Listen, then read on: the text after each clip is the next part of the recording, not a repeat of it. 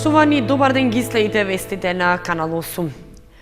Тунелот кај градската аптека во центарот на Кочани доби метална ограда. Граѓаните се незадоволни што некој без да ги праша ги попречува во користењето на јавен простор, па бараат надлежните да реагираат. Пешачкиот тунел под зградите на улицата Кеј на Револуцијата во централното градско подрачје на Кочани доби врата.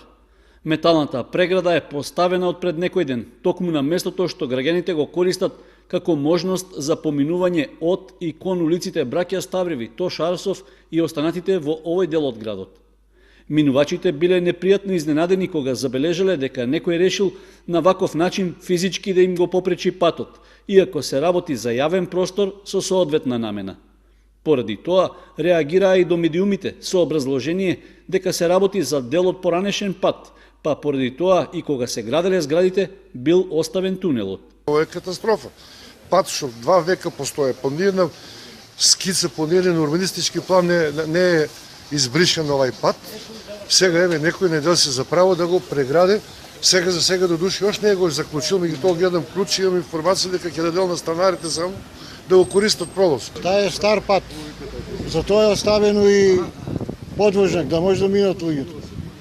Цел до крај сминеше од тука. Не треба да има врата тука. Кој може да го загради? Ова е општествен простор тука. Што е оставено во? Пролаз е оставен да се мине. Цел град тука минеше, ова се беше улица тука. Јавен простор. Јавен простор, коли, камиони, коли минеа низ ово. Неофицијално металната ограда била поставена за да се спречи користењето на преминот како јавен тоалет и место каде се фрла комунален отпад. Сепак, граѓаните велат дека просторот не им припаѓа само на жителите на зградите, туку на сите што имаат потреба да го скратат минувањето кон околните куќи. Наместо да заобиколуваат по блиските улици, велат дека преку тунелот можат побрзо да стигнат до болница, до некоја од аптеките или да завршат друга потреба. Затоа и на овој начин јавно реагираат, со барање надлежните да преземат мерки за отстранување на оградата и на металната врата. Пациентите во брзање да го пресретнат сезонскиот грип.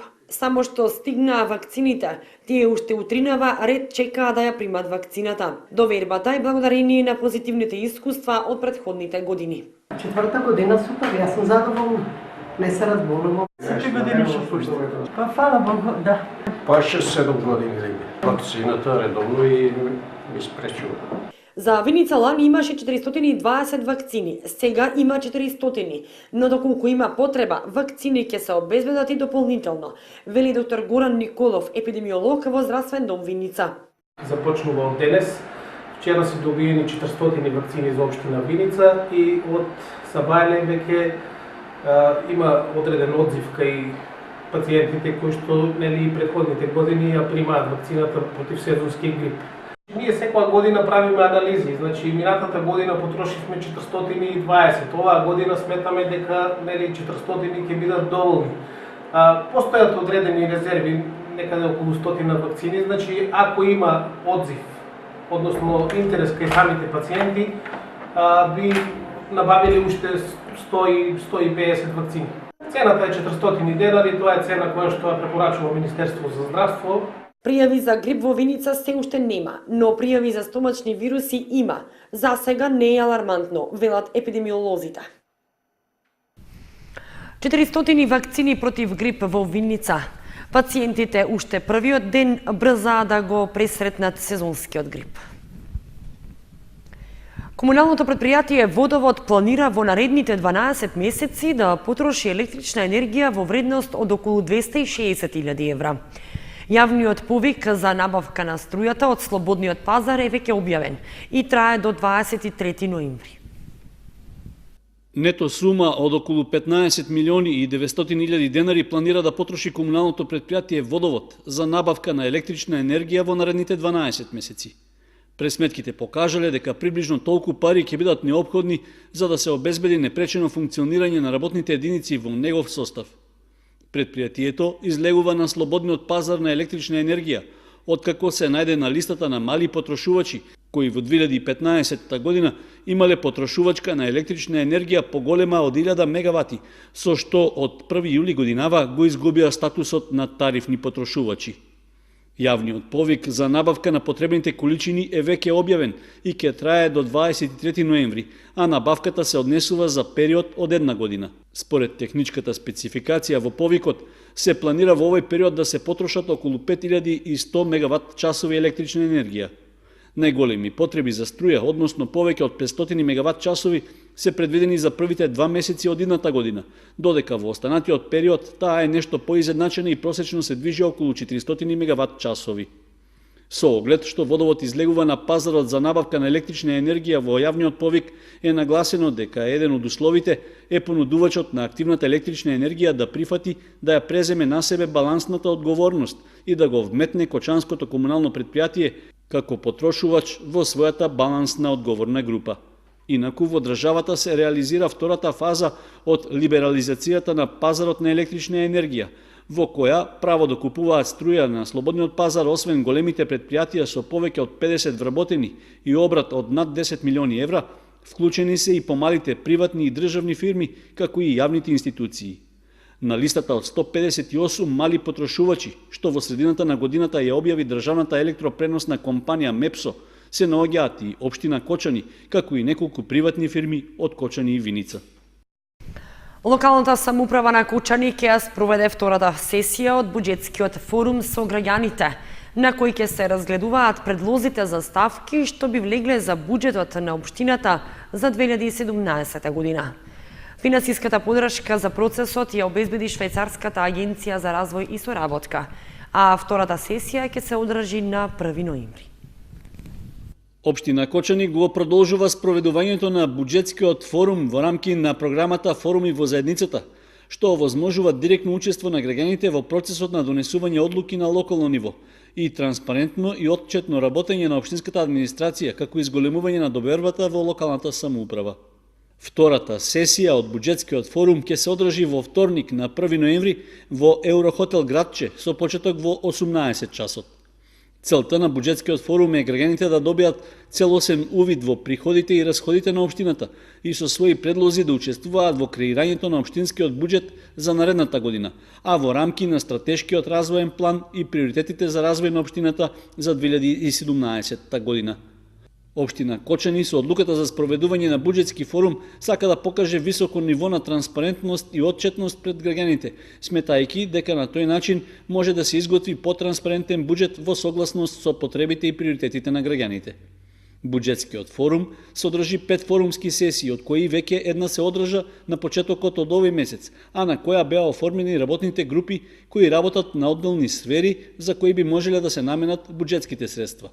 На втората сесија, што се најавува за во вторник, ќе се представи прегледот на планирани и реализирани приходи на сметката на општината во периодот до 30 септември годинава.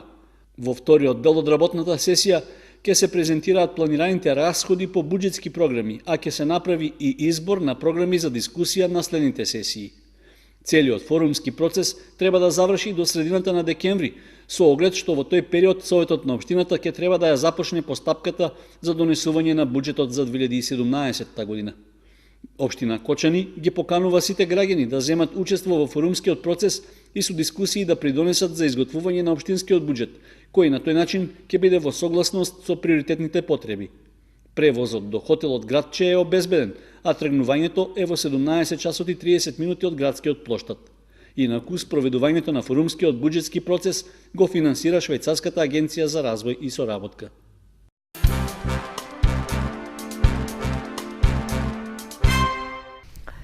Усни забелешки во однос на хигиената на училиштето, како и пофалби во изведување на воспитно-образовната работа, дале просветните државни инспектори по спроведената интегрална евалуација во Средното училиште Гошо Викентиев.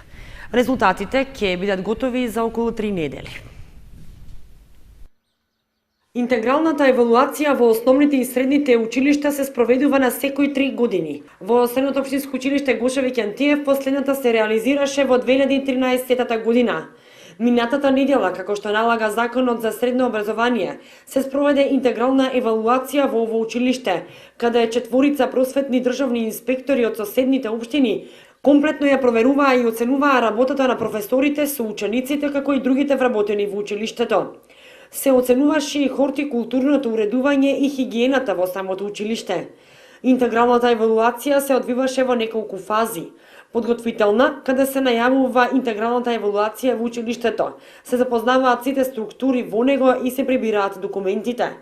Фаза на имплементација, кога беа опфатени сите целни групи, ученици, родители, совет на родители, професори и училишен одбор.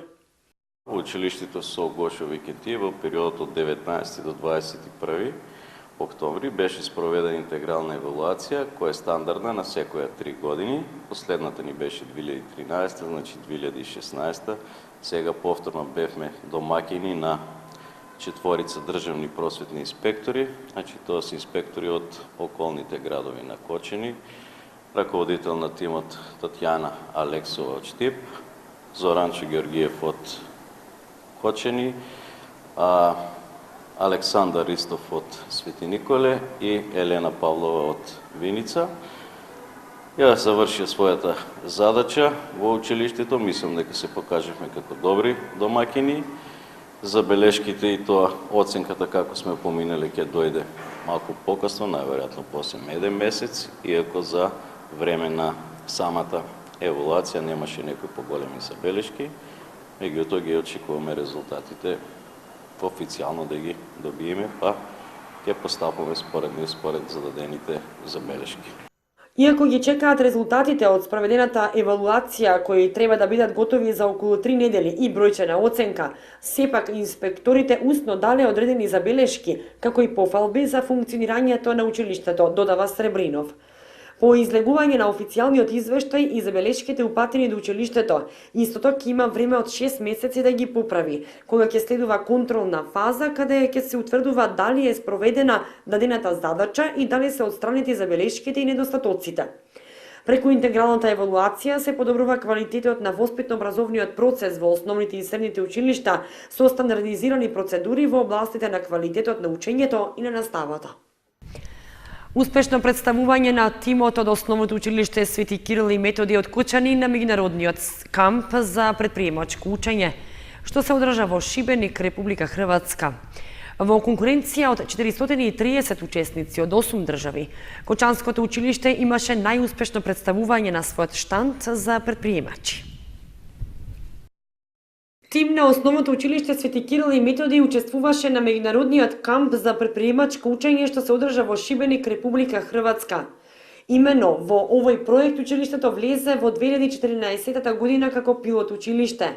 По изработениот акционен план и одобрен од СЕЦЕЛ, училиштето влезе во проектот и во него се вклучени директорот на училиштето Весна Зашова, наставникот по хемија Драган Кралев, Надица Илиева, наставник по иновации, Надица Ристова, наставник по англиски јазик и Розета Николова, наставник по географија, како и учениците. Тимот на училиштето реализираше неколку активности, меѓу кои презентација на проектот за наставниците и учениците, посета на технолошки саем во Скопје, посета на фабрики во Кучани и слично. Кампот се одржа во Република Хрватска и на него учествуваа повеќе од 430 учесници од 8 држави: Македонија, Турција, Албанија, Косово, Србија, Црна Гора, Босна и Херцеговина и Хрватска. Во трите денови имаше можност да се следат различни излагања, активно да се вклучиме во различни работилници, панел дискусии, презентации на добри практики кои се во склад со препораките од Европската Унија и така натаму. На кампот учествуваа и представници од националните ресорни тела, како и предприемачки институции од цела Европа. Исто така беа присутни и успешни предприемачи од сите земји присутни на кампот, кои што ги споделија своите искуства. Активно учество во презентацијата зеде ученичката Милена Глигорова од 9 оделение. Се запознавме со основите на предприемништвото, бизнисот, економијата, проследивме голем број на предавања, кои што се одвиваа на англиски јазик, се представивме со наш штанд на кој што беа изложени дизајни направени од учениците од нашето училиште. На нашиот штанд имавме различни дизајнирани кесиња, имавме хартиени рози, и цветови направени од пластика. Најголем впечаток од ова патување ми остави кога бев повикана на бината од страна на водителот на една конференција за бизнис, каде што имаше неколку бизнисмени со успешни бизнис компании, кои зборуваа за своите почетоци во бизнисот и слични работи. И јас им поставував неколку прашања, на англиски јазик се разбира, кои што се покажаа како доста успешни и сакаа да слушнат уште, и реакциите беа и повеќе од позитивни. Со ова всушност заврши првата фаза од проектот и училиштето влезе во втора фаза. За учество во проектот, училиштето Свети Кирил и Методий доби табла за предприемничка школа.